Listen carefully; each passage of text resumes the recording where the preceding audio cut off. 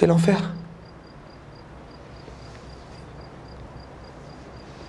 C'était un jour comme un autre. Sauf que là, c'était Noël. Donc moi, j'ouvrais ma porte de chez moi. Bonjour tout le monde, j'étais content. En disant que tout se passait bien, ça faisait plus d'1 an. Et puis c'était Noël. Donc c'est la fête des enfants. Où on a des cadeaux. Où on s'amuse, où on fait à peu près, un peu comme on veut. Où les parents disent un peu rien. J'ai dit bonjour à ma mère, à mon petit frère. J'ai voulu dire bonjour à mon père. Son regard a complètement changé. Il était vraiment... Il n'avait pas de lumière à son regard. C'était vraiment sombre. Où j'ai demandé qu'est-ce qui se passe, qu'est-ce qu'il y a. Il m'a pas répondu. Il n'était pas encore minuit pour ouvrir les cadeaux, qu'il voulait déjà ouvrir les cadeaux. Donc on rentre dans la chambre, dans la mienne. Puis il dit, vas-y, ouvre tes cadeaux. Donc moi j'ai dit, c'est bon, j'ai des cadeaux, je suis content. Donc je suis pressé, j'ouvre mes cadeaux très vite.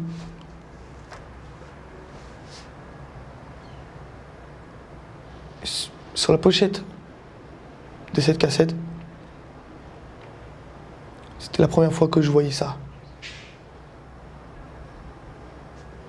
Je sais même pas, c'est quoi comme dessin animé, c'est quoi comme film ou dessin animé. Il me dit, tu verras ça après, ouvre les autres. Puis il y en avait des autres. Je crois qu'il y avait 4-5 cassettes comme ça. Ou pour moi, c'était une série, en fait, c'était la suite peut-être d'un film pour petits, en fait, je sais pas. Vraiment, je connaissais pas du tout. Et j'étais vraiment pressé de le regarder. J'étais pressé de le voir. Et puis elle a dit, bon, si t'insistes, on va le faire. Tu vas regarder. Entre toi et moi. Je dis, ok, papa, ça me fait plaisir. Mais avec les mots d'un enfant. Si je tirais son maillot, je l'embêtais. Je disais, s'il te plaît, papa, s'il te plaît. Je veux voir ces cassettes. C'est mon cadeau ici. Aujourd'hui, c'est Noël. Je veux faire. Je veux. Donc il a mis la première cassette. Puis, dès que ça m'a pas plu, parce que pour moi, c'est pas normal. C'est la première fois que je vois ça. Je dis, papa, excuse-moi, j'aime pas. C'était quoi?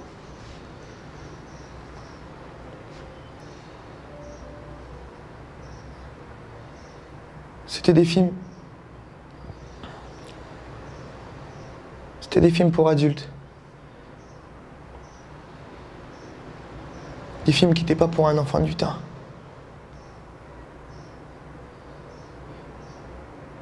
Je lui dis, papa, je veux pas voir ça. J'aime pas tes cadeaux. Il est devenu agressif. Oui, il s'est levé. Oui, il m'a pris par la gorge. Oui, il m'a dit, tu aimes pas mes cadeaux? Et je lui ai dit non. Il m'a dit, on va voir ça si tu n'aimes pas. Il met la deuxième. Il me dit, tu vas regarder. Je dis, non, j'ai pas envie de regarder, donc je me lève. Il a commencé à me mettre des coups. Il est très violent avec moi. C'était le moment où il a été vraiment le plus violent avec moi. Où c'était plus la ceinture, c'était carrément vraiment les poings qui allaient. Où il m'a attaché les mains, mes pieds, avec les pieds de la chaise. Il m'a fait regarder. Et que si je regardais pas ou si je baissais les yeux, il m'en met deux coups de poing. C'était sa règle. J'ai regardé en pleurant. Le matin, il m'a dit, je vais te reposer la même question. Est-ce que ce cadeau t'a plu? Je lui ai dit non. Avec mes larmes. Il m'a dit maintenant on va faire la même chose.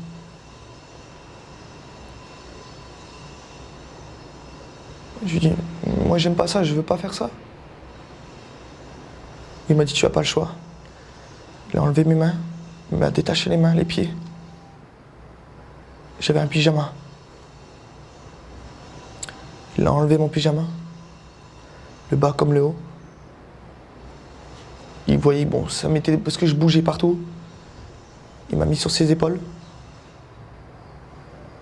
Il m'a mis dans sa chambre. Ma mère qui criait, qui disait arrête, arrête. Il a mis une grande claque à ma mère est tombée. Il a couru dans la chambre. Il m'a enfermé dans la chambre avec lui, à clé. Il a commencé à m'attacher une main, une deuxième main. Une main derrière le dos. Il m'a dit mets-toi à genoux. Il a commencé à se déshabiller. Ma mère commençait à pleurer, crier, essayer de casser la porte.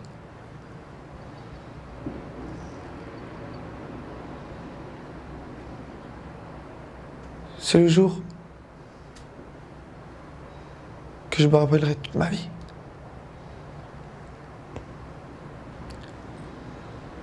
Il a commencé à me violer.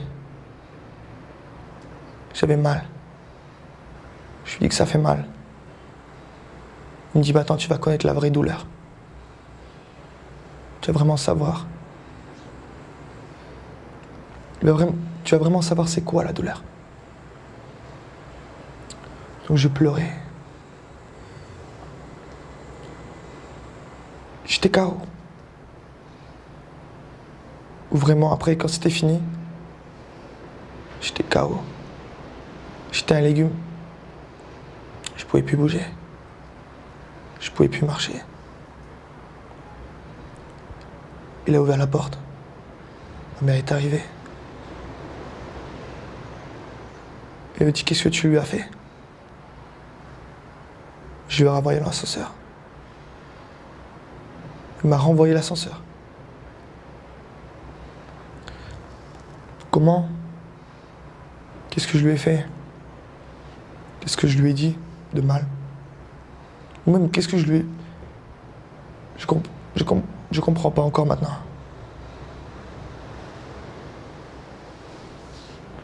Elle a dit maintenant qu'est-ce qu'on fait?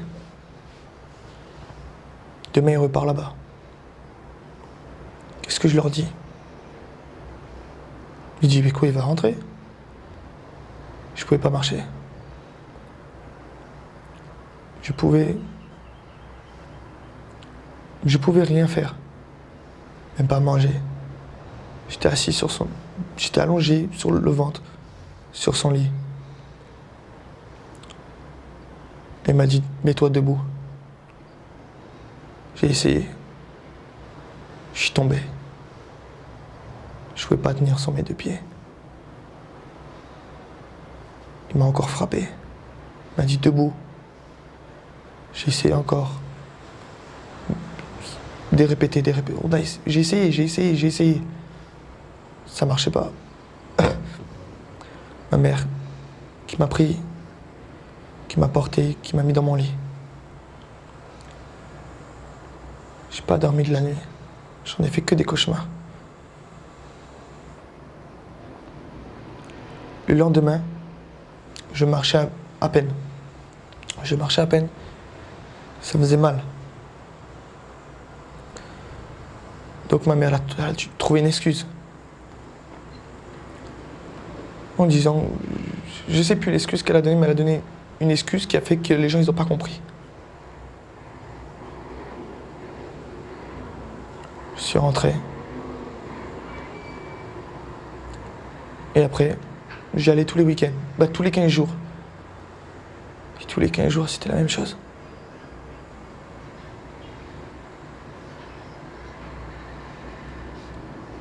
Pendant un mois, c'était la même chose. Tout le temps. Ou à un moment, moi, j'ai dit stop. J'ai dit, je veux plus rentrer chez moi. Pourquoi? Je veux plus. Je veux plus voir ma mère.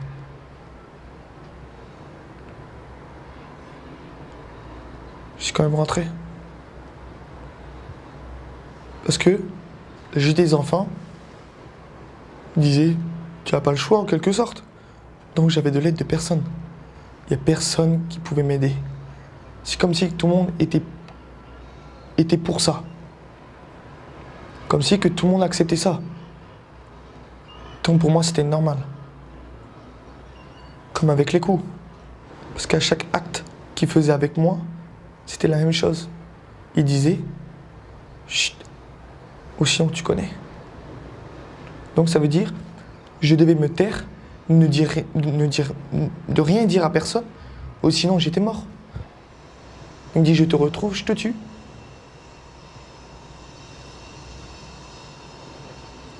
J'avais peur. J'avais tellement peur que j'ai rien dit à personne. Ou après, une fois il était avec des amis. Il buvait, il buvait, il buvait, il buvait. J'étais en train de parler ensemble. Puis ça se donnait de l'argent. Ça faisait des choses. Bon, je comprends pas. Encore maintenant, qu'est-ce qu'il faisait? Ou qu'est-ce qu'il disait? Je comprends pas. Ou mon père, peut-être il leur a expliqué. Je sais pas. J'ai su qu'après j'étais plus le seul. Après il y avait les fils des voisins. Il y avait celle-là qui était au numéro 3. Son meilleur ami habitait au numéro 3. Donc, ils ont parlé ensemble, ou ils sont peut-être tombés d'accord, parce que après c'est lui mon calvaire. C'est lui qui est devenu mon calvaire, c'était plus mon beau-père. C'était lui. Donc un voisin. Qui était tout en bas, tout en bas. Il était au numéro 3. Mon père me dit, tu prends cette cassette, tu vas le ramener à la porte numéro 3. Je vais donner cette cassette. Il me prenait. Son fils, c'est le même, mais il montait. C'était un peu ça. Au début, ça commençait comme ça. Ça devait se passer. Bon. C'était un truc entre eux. Mais le numéro 3 qui avait un autre ami. Un autre ami qui avait un autre ami. Qui se donnait ou s'échangeait carrément les enfants en fait. Ils s'échangeaient complètement les enfants. En disant je te passe tel et tu me passes tel. Ou après il y avait de l'argent en jeu. S'il y avait des personnes qui avaient les moyens de donner de l'argent pour avoir telle personne. Ou ça se donnait de l'argent. Ou après il y avait aussi il y avait des autres personnes que je côtoyais tous les matins. Ou que je faisais mes transports avec lui. Qui fait que, après aussi, ils ont été au courant. Et je sais pas, parce que, sûrement qu'ils ont été d'accord, parce qu'ils m'ont touché. Ils ont touché ces enfants. Ils ont fait, qu'est-ce qu'ils ont...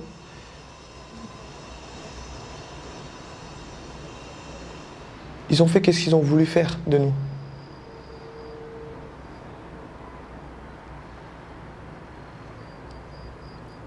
En gagnant de l'argent. Ou vraiment, il y a des gens, ils n'y allaient pas pour l'argent. Ils y allaient pour le plaisir. Le plaisir de toucher un enfant. Des fois, c'était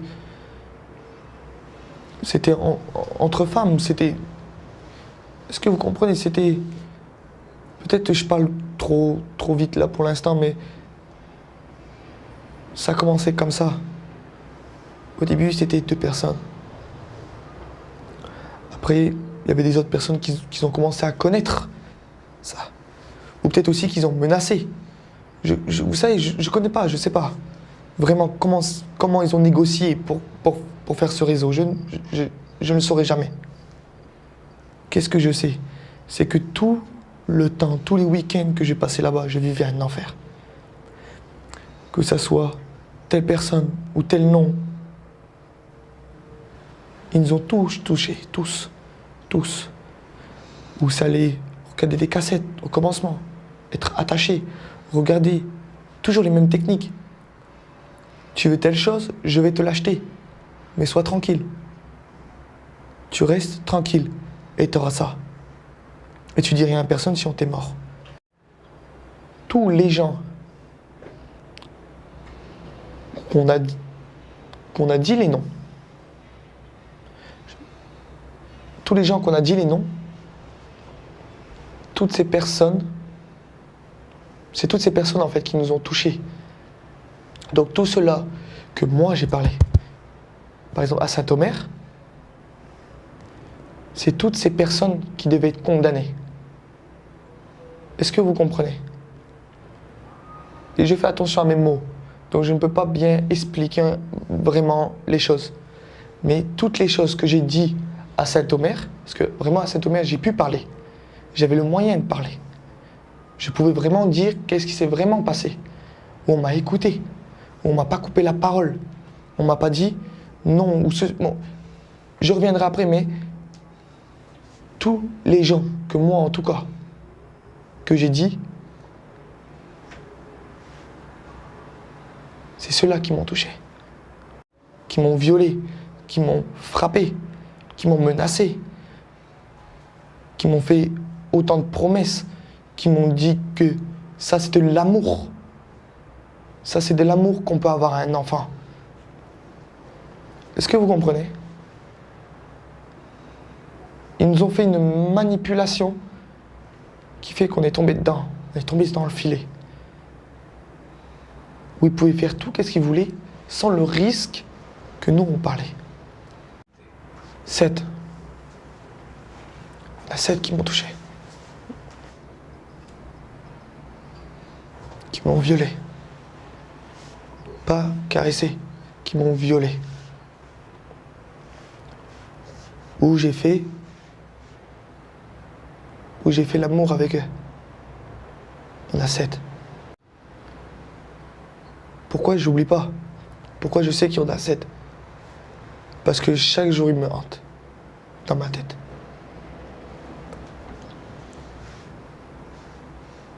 Et pourquoi ces 7-là? Pourquoi seulement 7? Parce que chez moi, je n'allais pas souvent. Je l'ai dit et redit. Chez moi, j'y allais pas souvent. S'il y a quelqu'un qui me dit que c'est moi vraiment qui a vécu autant de choses et tout, non. Il y a d'autres enfants qui ont vécu peut-être pire que moi. Comment je le sais? Parce que pour eux, c'était comme si c'était du cinéma. Donc c'est comme si on voyait un film au cinéma. On devait aussi regarder les autres en train de se faire violer ou en train de se toucher entre nous. C'était comme si on regardait un film. Pour eux, c'était ça. C'était vraiment... On devait regarder les enfants en train de se faire violer parce que après, c'est notre tour. Puis vous savez, souvent on allait jouer au football. Donc après, les enfants, pour eux, ils n'étaient pas placés. Donc, pour eux, c'était normal. Donc ils s'en parlaient entre eux. On s'en parlait entre nous. Aujourd'hui, je me suis fait toucher par telle personne ou telle personne. Après, j'ai su que toi, après, ça va être à ton tour. Parce qu'il me l'a dit. Par exemple, Thierry Doss qui disait carrément à ses enfants, après, ça sera le tour de un tel ou un tel. Donc, t'inquiète pas pour ça. Vous aurez tous aussi le même cadeau. Vous aurez tous les mêmes choses. Est-ce que vous comprenez?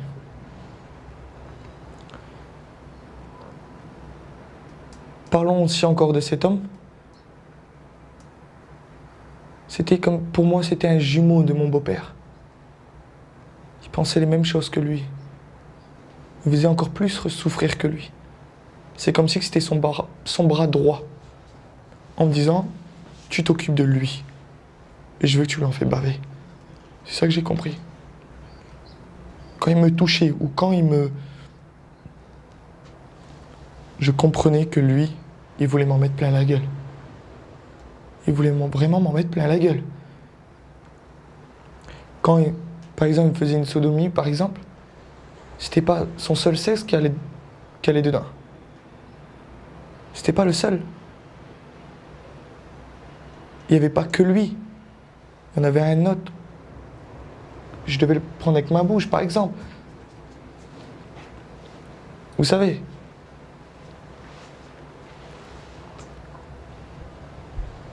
J'ai vraiment vécu presque 2 ans de calvaire. Où il n'y avait que des répétés.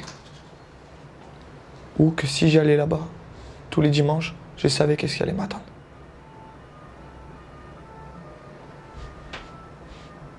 Des fois sur la route, de là où je vivais chez ma famille d'accueil, jusqu'à Outreau, je regardais le ciel. Je demandais à Dieu de m'aider.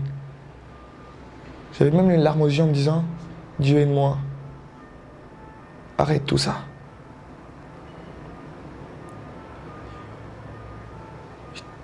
Aller au retour, je disais exactement la même chose. Après, les enfants, ils ont commencé à me demander de l'aide. Par exemple, Aurore, souvent c'était Aurore.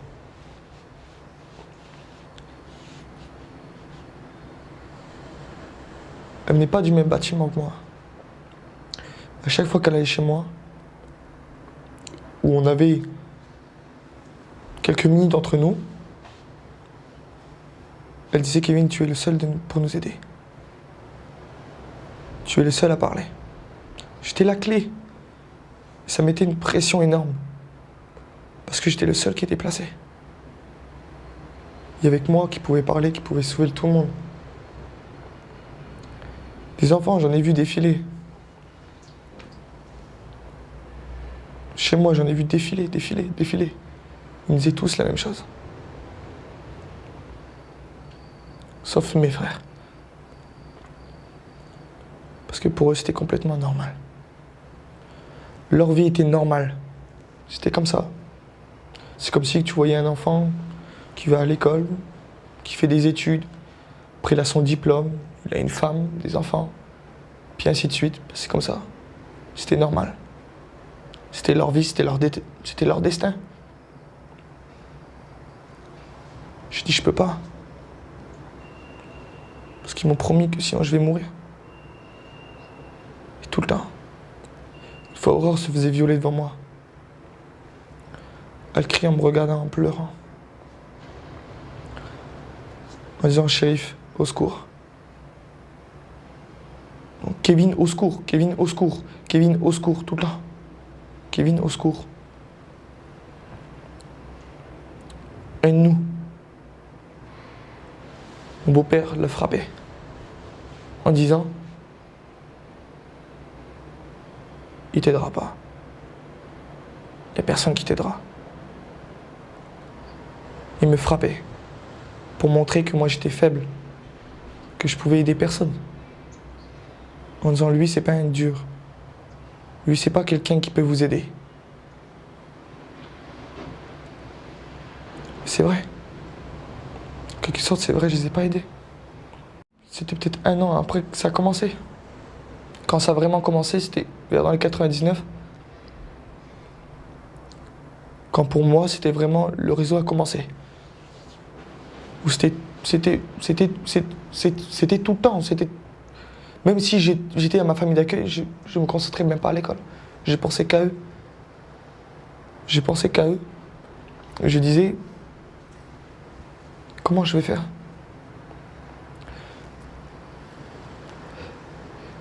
J'étais au gîte des enfants parce que j'étais difficile à l'école. Je parlais pas un seul mot. Et ma mère à côté de moi. Ma famille à côté de moi. Famille d'accueil à côté de moi. Les seules paroles que j'ai dit, il faut placer mes frères. Je pouvais dire que ça. Il faut placer mes frères. Ils disent pourquoi? Il faut placer mes frères. C'est les seules choses que j'ai pu dire. Ça me fait mal encore maintenant.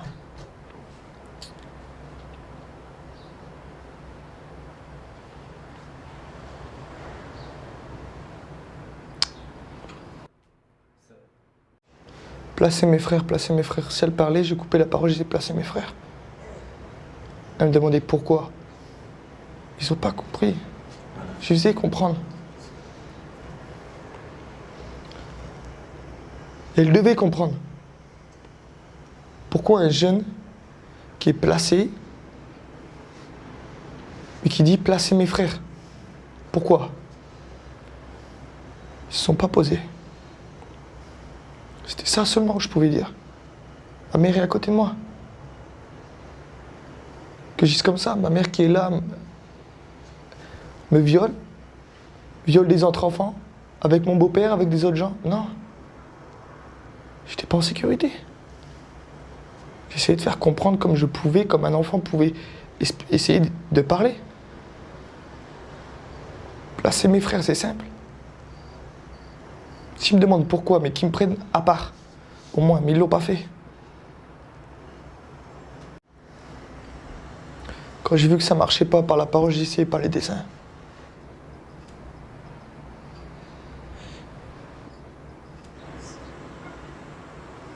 Un bâtiment. Tout était en détail.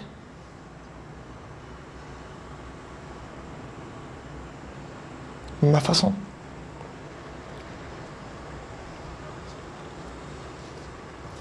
Un enfant avec un papa.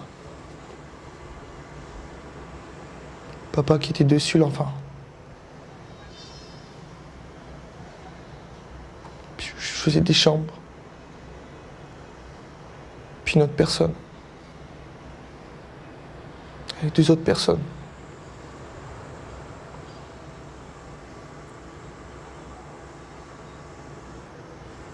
Puis au salon.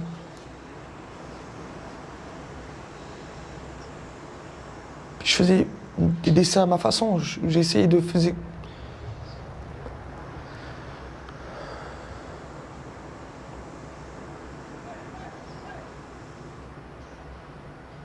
Comprenez pas.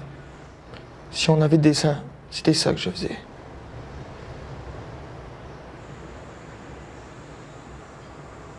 Il n'y a personne qui a compris qu'est-ce que je voulais dire. Parce que je parlais pas. Donc on était en dessin à l'école, moi je faisais. Pour voir si elle va comprendre. C'était la seule solution. Je comprenais rien. Donc je me vengeais. J'étais terrible à l'école. Je cassais des carreaux. J'allais pas en cours. J'essayais d'aller jusqu'aux mains avec le prof.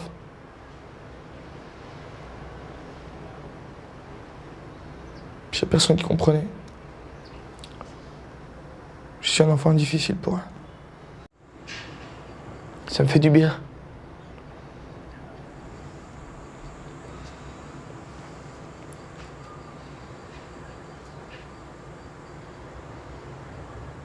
Parce qu'enfin on m'écoute. On ne coupe pas la parole. Je peux le dire avec le calme.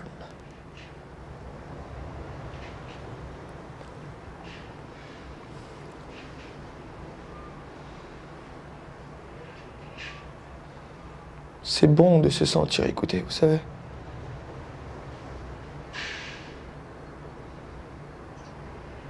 C'est bon d'écouter les gens, mais c'est bien, c'est bon de se sentir que les gens t'écoutent.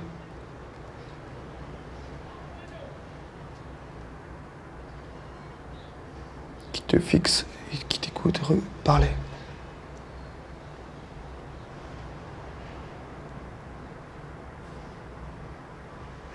Donc là, je peux dire que je suis bien.